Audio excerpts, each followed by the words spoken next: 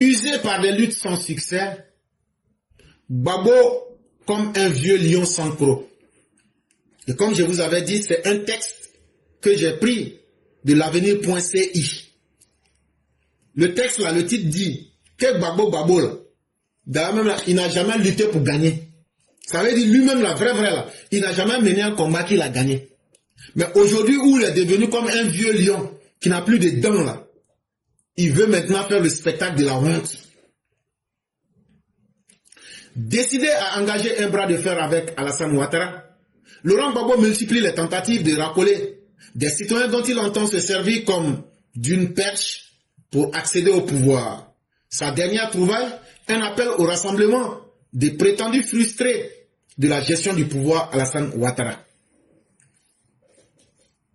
Voilà quelqu'un qui n'a jamais gagné un combat, mais qui veut mener un bras de fer avec Alassane Ouattara. Toi, tu étais président. Tu avais toute l'armée. Tu avais les miliciens angolais. Tu avais les miliciens de Lima FS. Tu avais les miliciens ghanéens, togolais, sierra-léonais. Alassane Ouattara était opposant. Il allait aux élections, il t'a battu. Avant d'aller aux élections, tu as dit, quand tu vas aller à la RT, tu vas dire que c'est lui le père de la rébellion. Quand tu es arrivé là-bas, là, tu as yoï. Aux élections, il t'a battu. Diplomatiquement, il t'a battu. Et militairement parlant, il t'a battu. Puisqu'il avait la vérité là, l'armée de la Côte d'Ivoire s'est mise du côté de Alassane Ouattara. Le monde entier, quand ils sont allés faire le sommet à Addis Abeba, quand ils ont fini, l'ONU a pris la résolution 1975 pour dire que toi là, tu es un bandit, il faut quitter. Alassane Ouattara a fait tout ça avec un téléphone, mais il était opposant. Maintenant que Alassane Ouattara est devenu président, il a fait 14 ans de présidence, 14 ans d'expérience dans le domaine de la présidence. C'est Alassane Ouattara là. Il a l'armée aujourd'hui. Il a le pouvoir politique. Il a les hommes qu'il faut. Il a le même téléphone. Mais ce même téléphone là, il a aujourd'hui accès à tous les présidents du monde et à tous les services de renseignement du monde. Laurent Gbagbo dit que lui va engager un combat avec ce Alassane Ouattara. Mais comme c'est un vieillard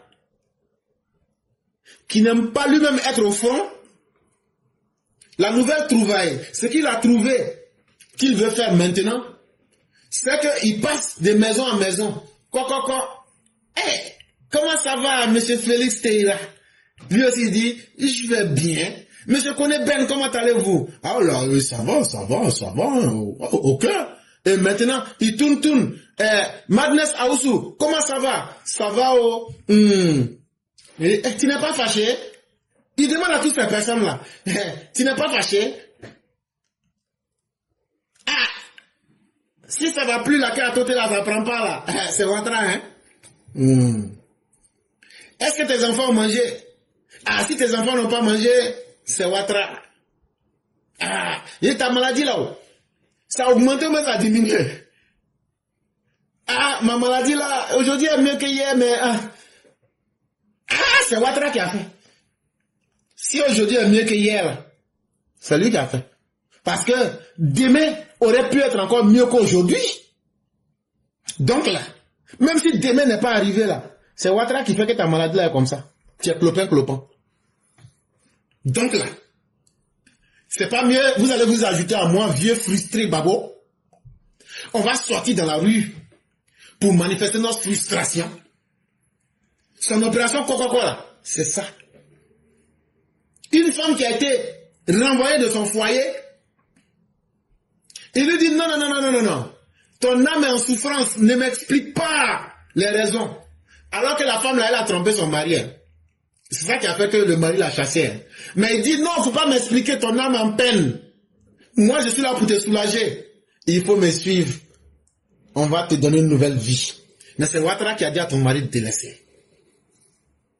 Donc, Gbagbo pense que lui va pouvoir réussir. Ah! Abaka Diawara, ton premier fils là, il n'a pas travaillé alors qu'il a eu diplôme, non? Ah, ça c'est pas bon, hein?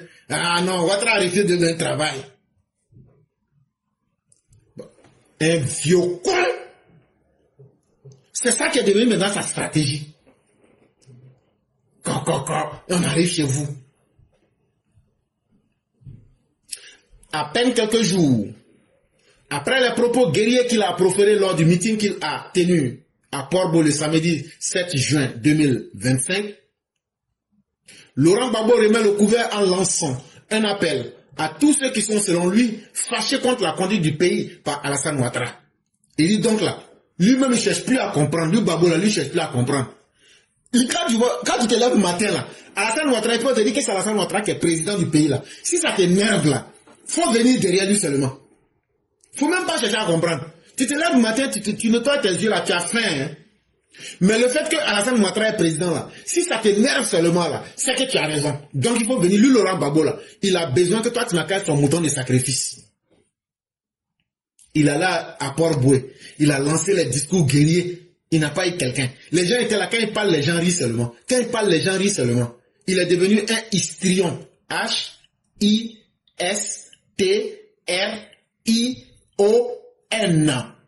Un troubadour qui se promène. Un bouffon qui se promène pour faire rire les gens d'Abidjan là.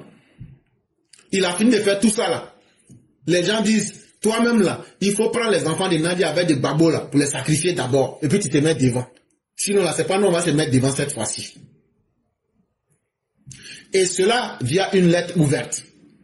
À travers cet appel, façon Karl Marx, frustré du pouvoir Ouattara, unissez-vous.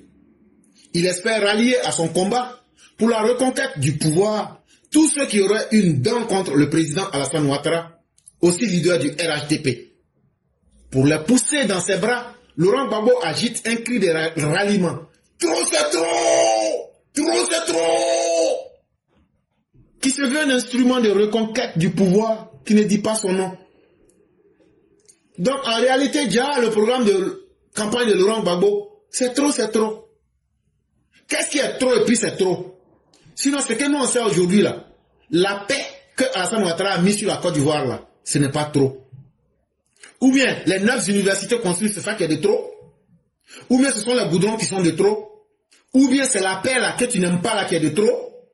Ou bien la rente viagère que toi Laurent Gbagbo tu prends sur les impôts des Ivoiriens que nous sommes là, c'est ça qui est de trop. En tout cas, Laurent Gbagbo veut s'improviser le Karl Marx. Tous les frustrés du pouvoir Ouattara, venez vers moi et je vais soulager vos âmes. Unissez-vous et Laurent Gbagbo a la solution miracle. Et la solution miracle, son programme de campagne, trop c'est trop.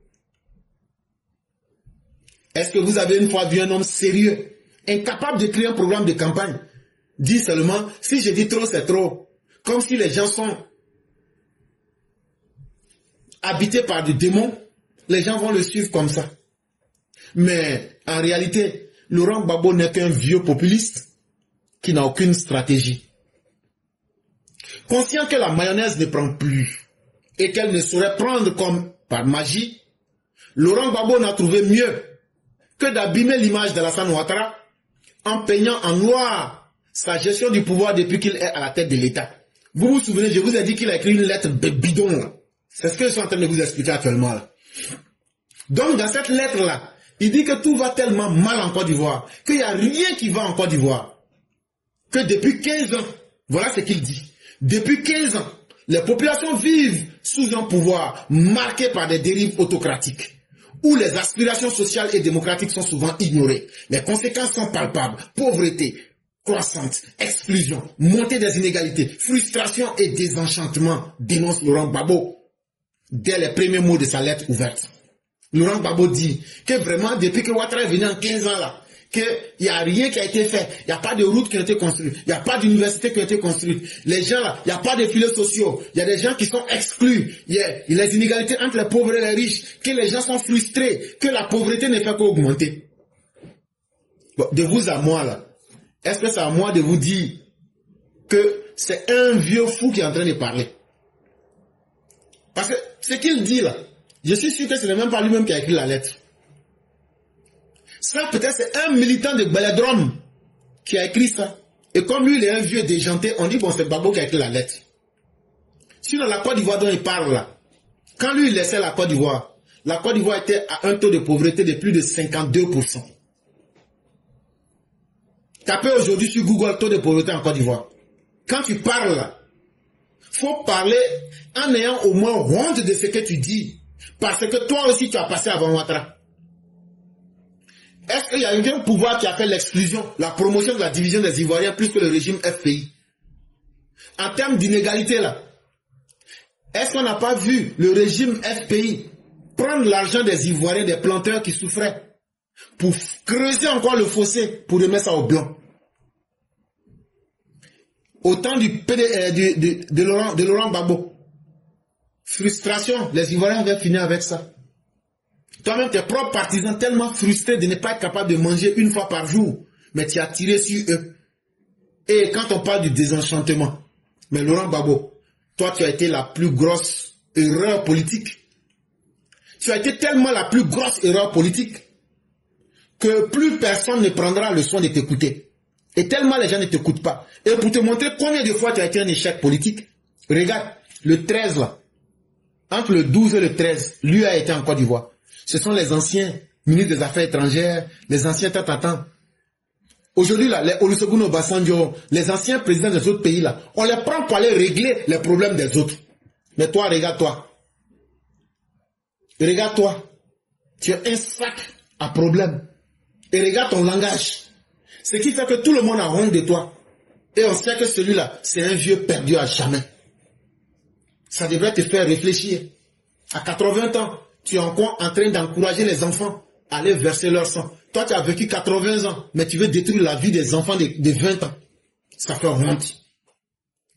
Tes militants, autant tu étais président, tu les as tellement fait désenchanter que pour finir là, tu as fait des crières publics dans les agoras et tu leur as remis des armes pour mettre fin à leur vie.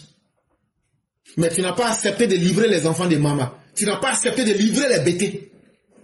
Ça aussi, il faut dire ça à tes militants.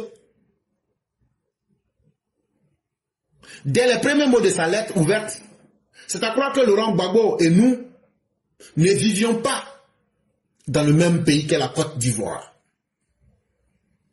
Il parle en effet de la pauvreté croissance, alors que quand lui, Laurent Gbagbo, perdait le pouvoir en 2011, le taux de pauvreté était exactement à 55,01%. Ça, ce sont des chiffres. Tu peux être un partisan extrémiste de Ouattara ou quoi. Mais nous, on n'écrit pas la réalité. Laurent Gbagbo, est-ce qu'il y a un désenchantement qui est plus grand que rendre un pays prospère, le rendre pays pauvre très endetté? Mais tu as rendu la Côte d'Ivoire pays pauvre très endetté.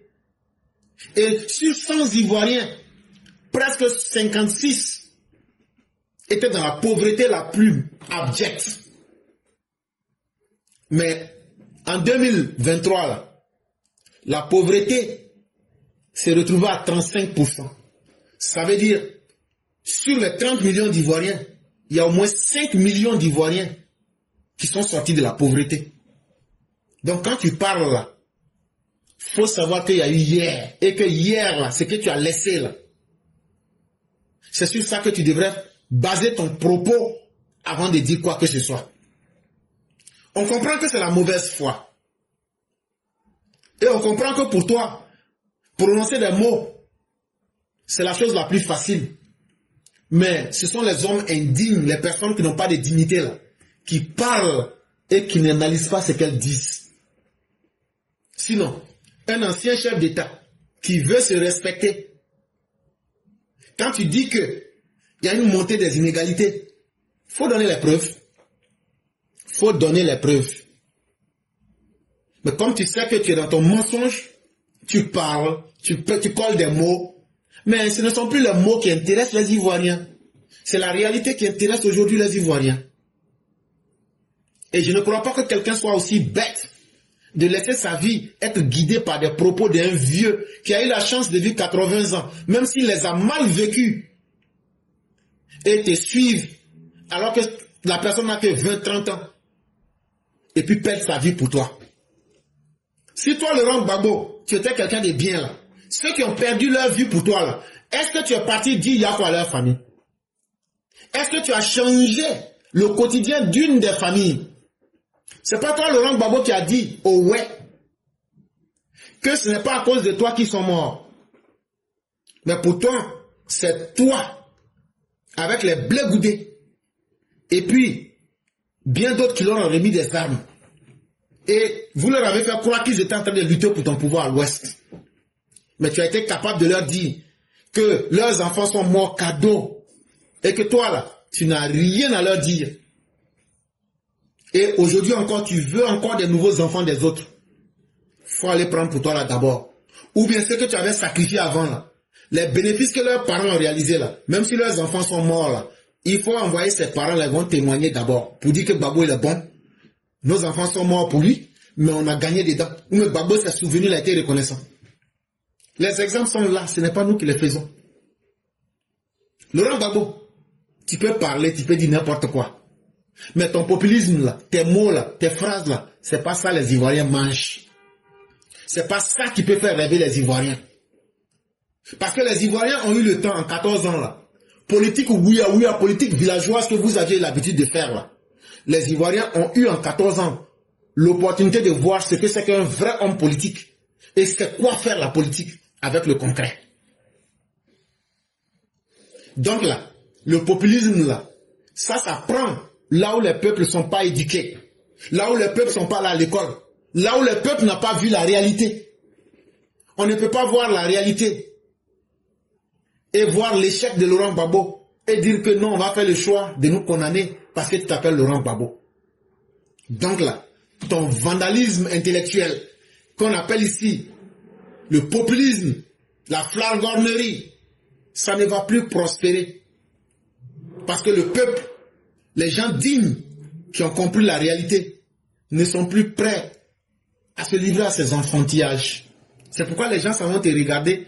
On dit, il y a un vieux grigou, chaque fois qu'il vient là, lui-même il raconte des choses, il ne sait même pas. Et puis ça fait rire les gens. Après tu vois les gens coupe pour mettre les petites parties. Ça veut dire que tu es vraiment pas du tout sérieux. Dans le même passage, Laurent Gbagbo soutient que le pouvoir de Ouattara est marqué par des dérives autocratiques. Il dit que Ouattara, là, que c'est un dictateur. Mais est-ce que c'est à moi de vous dire que Ouattara est un dictateur ou pas? Il aurait fallu que Laurent Gbagbo lui-même soit un dictateur pour pouvoir nous donner les caractéristiques d'un dictateur. Et c'est là qu'on découvre qu'il n'est pas du tout sérieux. Parce que quand tu dis que quelqu'un est un dictateur, mais que cette personne t'a permis de dire ce que tu voulais dire à Port-Boué, de faire ce que tu veux faire, te permet de manifester. Toi, Laurent Gbagbo, tu as décrété plateau zone rouge et tu as fait 300 morts en une journée. Toi, Laurent Gbagbo, tu as créé les escadrons de la mort. Toi, Laurent Gbagbo, c'est toi qui as tué Yves Lamblin. C'est toi qui as tué Kamara H. C'est toi qui as tué le colonel Dosso. Et pour quelle raison? Juste des soupçons. Il ne serait pas avec toi. C'est une telle personne qu'on appelle un autocrate, un despote, un potentat. C'est ce que tu es. Mais comme toi-même tu es un véritable autocrate, un dictateur, un potentat, un despote, tu penses que tout le monde est comme toi. Mais tout le monde n'est pas comme toi. Parce que ton souhait là, c'est que le monde soit comme ça. Mais Alassane Ouattara là, depuis qu'il est venu là, il n'y a pas un Ivoirien qui a été tué par balle. Alors que devant la DST, toi tu as mis plomb dans la tête des journalistes français. Depuis qu'Alassane Ouattara est venu là, tout le monde n'est pas content. Même moi-même je ne suis pas content. Parce que moi là, si ça dépendait de moi là, vous là, on va vous mater correctement. Pour finir avec vous. Mais Alassane Ouattara là, pour démontrer qu'il n'est pas un autocrate, dès qu'il a pris le pouvoir le 11 avril 2011, il a dit, tous ceux qui ont voté pour lui Alassane là, on a qu'à le juger sur son travail. Lui n'est pas venu comme chef de guerre pour dire allez vous venger. Il a interdit la vengeance. Et on a respecté le chef. Et il a lavé notre honneur. Et il a assouvi nos rancœurs par le travail. Il nous a donné des conditions de vie meilleures. Alassane Ouattara là, lui là, il n'a pas fait la publicité de la médiocrité. Comme toi, Laurent Gbagbo, quand on te dit qu'il faut faire route coûte cher, les cailloux sont devenus tranchants. Je vais faire banque de l'emploi. Ça sera comment? Ça sera une banque. Je parle aux gens, mais ils ne me comprennent pas. Vous volez, mais un jour, ils vont vous attraper. Alassane Ouattara, là, lui, il a condamné ceux qui volent. Donc, tu n'auras pas la chance d'avoir l'autocrate que tu recherches autre que toi-même. En réalité, ta lettre, là, c'est toi-même, ta propre vie que tu es en train de décrire là-dedans. Et tu penses que tu pourras tromper les gens avec ça. Sinon, on sait comment tu as tué André Kiffer à cause de l'argent volé de cacao. Et puis vous êtes allé l'enterrer sous l'eau. Vous avez attaché des briques, vous l'avez mis dans le sac, attaché et puis aller mettre sous l'eau et puis l'enterrer là. On connaît. On sait comment vous avez tué Jean-Hélène. Mais sous Alassane Ouattara, il n'y a jamais un journaliste qui a été mort. Donc, quand tu parles de ta vie d'autocrate, de potentat, de despote, de dictateur sanguinaire, prends le soin de dire, de mettre le pronom personnel du jeu. Mais tes propos sont très nuancés. Tu fais tes propos dans l'impersonnel. Tu n'as pas le courage de désigner quelqu'un. Donc, c'est comme si c'est personne. Mais en réalité, c'est toi-même. C'est ce que tu aurais souhaité que la Côte d'Ivoire soit. Parce que tu es un ennemi du peuple. Tu n'aimes pas voir les Ivoiriens évoluer. Tu n'aimes pas la paix. Tu n'aimes pas aujourd'hui le peu de progrès, le peu de développement que les Ivoiriens ont eu là. Ça te fait mal. Mais tu vas mourir avec cette haine-là, vieil homme. Ce narratif dont se gargarisent les barons et partisans du FPI, PPACI, COGEP, GPS, MGC, soi-disant de la refondation, ne résiste guère à l'analyse.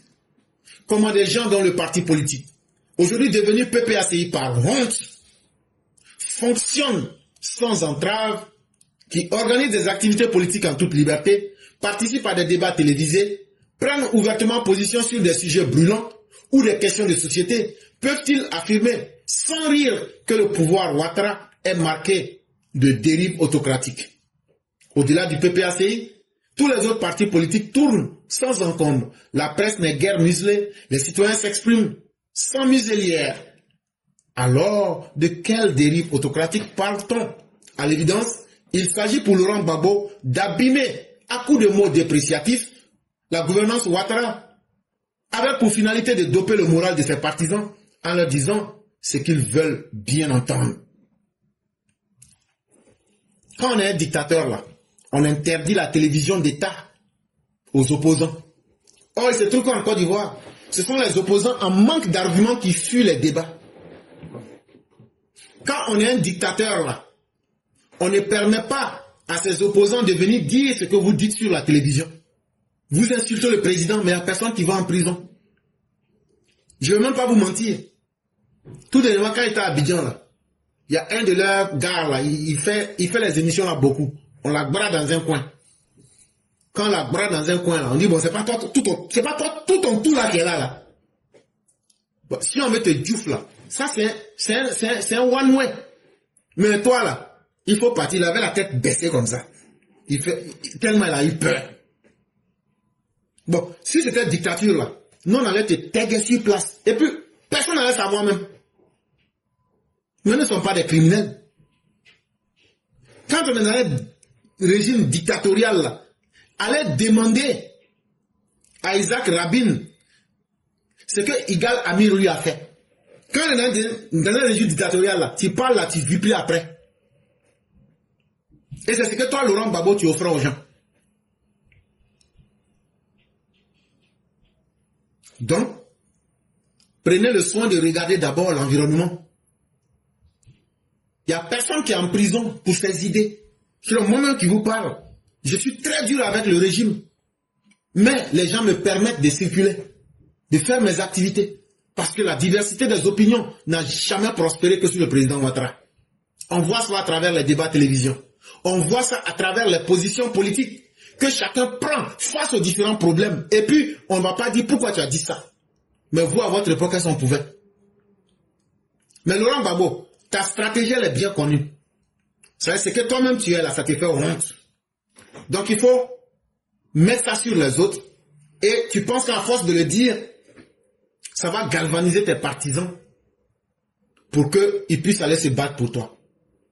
Mais tu ne pourras pas doper leur morale Parce que eux-mêmes, ils savent aussi que tu es en train de les mentir, tu es en train de leur mentir et que tu veux les mettre dans quelque chose où ils ne vont pas retourner. Ce que vous voulez là, créer la chienlit sur fond des mensonges là. Les Ivoiriens aujourd'hui connaissent le vrai et le faux.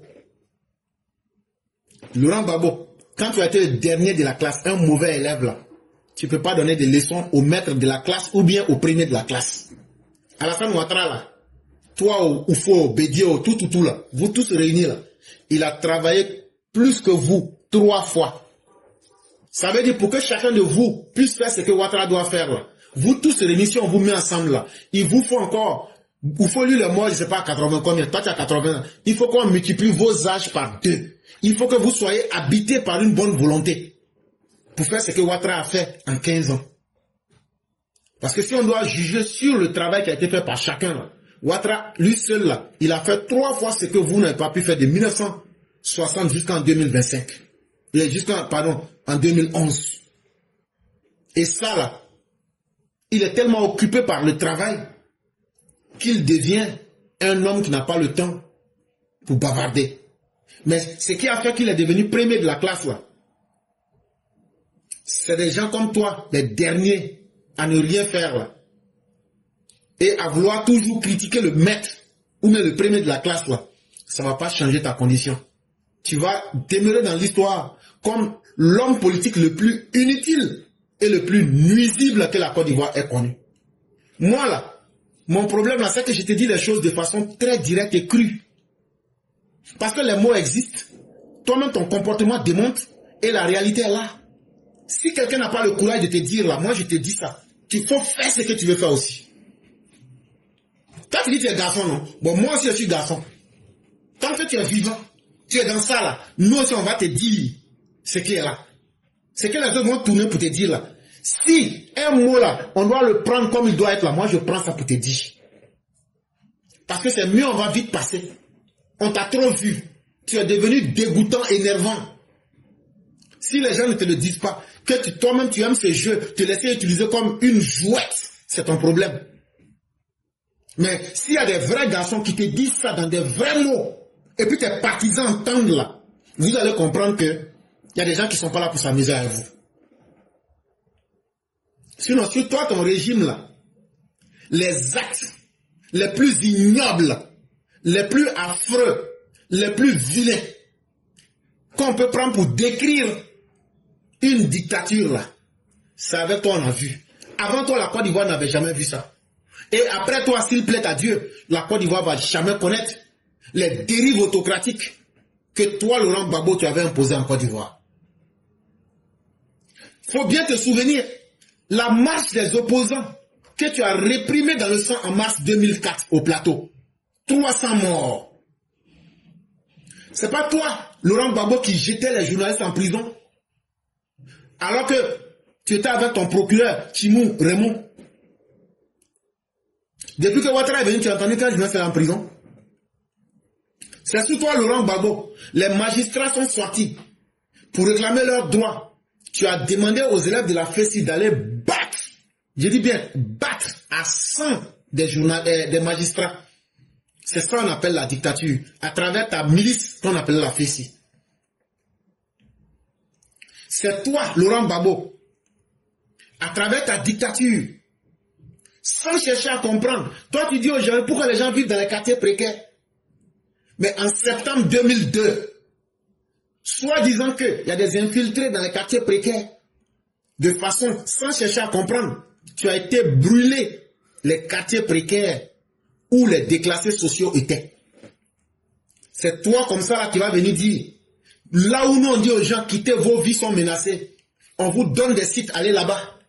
Toi, tu peux venir nous dire, ou même nous donner une leçon. Mais toi, tu l'as fait. C'est la dictature. Parce que ces personnes n'avaient pas choisi d'être dans ces quartiers précaires. Ces personnes-là, certains auraient pu accueillir des rebelles, comme pas. Mais tu as été rasé ces quartiers précaires parce que tu voulais protéger ton pouvoir. C'est ça la dictature. Donc tu es très mal placé pour vouloir donner quoi que ce soit en termes de leçons à qui que ce soit. Parce que l'histoire est trop récente et elle est très fraîche. Et ce que je dis, ce sont des choses qui sont tellement directes que quand je dis en septembre 2002, destruction des quartiers précaires, tapez ça sur Google. Si c'est faux là, venez dire c'est faux sur place. Depuis quand on a vu la saleté se moquer de la propriété. Et toi, Laurent Gbagbo, tu symbolises la saleté dans tous les sens, moral, intellectuel et humain. Tu ne peux pas te moquer de la propriété humaine, de la propriété morale, de la propriété intellectuelle. Tu ne peux pas. Trop, c'est trop. Mais on va te montrer que ton trop, c'est trop là. On va te montrer que toi-même là, la vie en a marre de toi. La vie elle-même là, elle se dit, mais pourquoi j'ai permis à cet énergumène d'exister pendant trop longtemps? Tu as une perte de temps pour la vie. Et donc c'est la vie qui te dit trop, c'est trop. Là où l'hôpital veut se moquer de la charité, il faut vite rappeler que le bienfait perd tout son sens. Quand les gens ont pitié et puis vont faire des dons à l'hôpital là, et puis les gens de l'hôpital, ah non, on s'en fout de vous là. Il n'y a pas de problème. Le problème, ce n'est pas l'hôpital lui-même, mais c'est celui qui veut faire le bien là. Mais on a compris. Là où le bien ne sert pas là, c'est pourquoi on est en train de te corriger avec les leçons. Comme tu veux faire les conneries là, ce qu'il faut pour corriger les conneries là, la loi, la réalité, on va t'imposer ça. Là, la générosité du président Ouattara, la charité du président Ouattara, sur quoi tu veux chier là? Quand on va te mettre en fonction de la réalité, tu as été un vieux voleur, un bandit. Aujourd'hui, on te rappelle ça. La loi t'a condamné. Ah, quand tu disais au fond qu'il était voleur, ça ne faisait pas mal au baoulé eux à fond. Toi-même, tu es venu voler. La loi t'a condamné aujourd'hui. Tu es en face de ça. Et tu veux crier. Non, non, non. Tu n'as pas dit que tu aimes connerie. On va prendre ce qu'on prend pour corriger connerie, là, la loi, là. Ça va rester sur toi. Mais si tu penses que ce sont ces rhétoriques, ces manipulations de mots, de façon populiste, tu vas instrumentaliser, tromper la population. Hey, en 15 ans, la Ouattara a construit beaucoup d'écoles. Il a construit beaucoup d'écoles. Et c'est aujourd'hui on voit bénéfice de ça. Sinon, là, manipulation que les gens de l'AES ont fait là, si manipulation pouvait prendre là, depuis ça a pris en Côte d'Ivoire. Donc c'est pas toi ta bouche là, parce que tu t'appelles Laurent Gbagbo, un homme dépassé, un homme fini. C'est pas toi qui vas venir et puis ça va réussir là. Tu penses qu'en disant ça, ça va faire mal aux gens. Mais les écoles qui ont été construites là, ça a ouvert les esprits, ça a aidé les gens à comprendre. Des enfants comme nous là, on n'a pas eu de travail en Côte d'Ivoire, on a fui là. Chaque fois on s'assoit et puis on éduque nos parents. On dit politique là, voilà comment on fait. Voilà où veulent vous envoyer. Ce qu'ils font là, c'est faux, on appelle ça populisme. Dans leur grand français, ils appellent ça flatou vocis. Mais n'ayez pas peur. Calmez-vous, chers parents. On va vous expliquer. Tout le monde comprend aujourd'hui tout en Côte d'Ivoire. Le vieux Babo là, c'est un braqueur. Il avait volé l'argent de la BCAO. C'est ça qui a fait aujourd'hui là, quand on dit qu'il ne peut pas être candidat. Quand on explique ça comme ça à nos parents, ils disent, hein, politique là, il y a beaucoup de choses dedans. Après encore, j'ajoute, je dis, bon, même Babo là, il se plaignait que Ouattara ne lui paye pas son argent d'ancien président. L'argent d'ancien président là, c'est les impôts que nous, toi et puis moi, nous les pauvres là, on paye sur notre cacao café là, et puis pain là. C'est ça on prend pour le nourrir actuellement. Depuis quand celui qui te nourrit, tu peux venir l'insulter? Les gens disent, donc il est inconscient. On dit, voilà, c'est lui Babo. C'est lui. C'est pourquoi tu ne vois pas comment il parle. On va se battre, ils sont gawa, ils sont comme si. C'est un vieux inconscient. Au moins, toi, tu penses que ton populisme là, tu vas prendre ça pour tromper les gens là. Nous, on prend la réalité. On explique simplement. Quand Ouattara n'a pas raison à quelque chose, on dit Ouattara n'a pas raison. Quand Ouattara a raison, on dit il a raison. Quand toi, Babo, tu as raison, on dit tu as raison. Quand tu n'as pas raison, on dit tu n'as pas raison. Parce que moi là, je ne veux pas avoir poste avec quelqu'un. Je ne veux pas avoir poste avec Ouattara. Même si toi, Babo là, tu me dis de venir, et puis si par exemple tu deviens président là, moi je préfère aller sauter sur un pont pour me suicider que d'aller travailler pour toi. Ah oui. Parce que moi je ne m'associe pas à des gens sans dignité. Et il y a des gens là, moi je ne suis pas riche, hein, mais la richesse là, c'est Dieu qui donne. Mais la dignité là, c'est l'homme même qui impose ça. Je préfère, avant d'être riche là, je préfère d'abord lutter pour ma dignité. Donc là, je ne rentre pas dans quelque chose avec l'intention de décevoir les gens, de tromper les gens, ou bien de faire du mal aux gens. Je ne rentre pas dans quelque chose pour échouer. Ah, Gbagbo que tu supportes aujourd'hui là. Mais hier là, il était comment? Ah non, bon, vous savez, les choses changent. Hein, bon, parce que, non, moi je ne rentre pas dans ça avec quelqu'un. Même si le président Ouattara dévie demain, là, on va lui dire, s'il ne change pas, on le laisse tomber. Donc, il faut bien comprendre quelque chose. Si tu penses que c'est le nouveau Gourdin que tu as contre Ouattara là, tu perds ton temps. Parce que dans nos familles maintenant là, quand on demande, tu vas construire l'école, dis je vais construire l'école, mais si je construis l'école là, si je fais l'école gratuite là, les parents vont me poursuivre. Quand toi tu parlais de des Amériques de ces gens là, Ouattara est venu là, même dans les campements, il y a l'école aujourd'hui. Et grâce à ça là, chacun sait lire et écrire. Et on a appris à connaître les politiciens. On a déjà tout expliqué. Comment croit-il pouvoir croiser le fer avec le président Ouattara, qu'il a défait hier, alors que ce dernier était cloîtré à l'hôtel du Golfe et que lui régnait en maître sur le pays? Toi, quelqu'un qui était calé dans un hôtel, tu n'as même pas été garçon pour aller bombarder l'hôtel là. Il est resté dans une chambre avec un téléphone Nokia. Il t'a pro. Jusqu'à même à la fin, tu dis, ne me tuez pas, ne me tuez pas. Aujourd'hui, toi, tu n'es plus rien. Tu es l'homme de toi-même. Un vieux malade, un sac à maladie. Tu te laisses manipuler. Et c'est toi qui veux jouer les gros bras devant le gars. Tu joues les Rambo de Koumassi. Il n'y a pas de problème. Tu auras ce que tu cherches. On dit que quand les conseils n'ont pas suffi pour conseiller quelqu'un, les conséquences de toi-même, tes actes là, seront tes meilleurs maîtres. Alors que toi, tu es complètement nu comme un ver de terre aujourd'hui.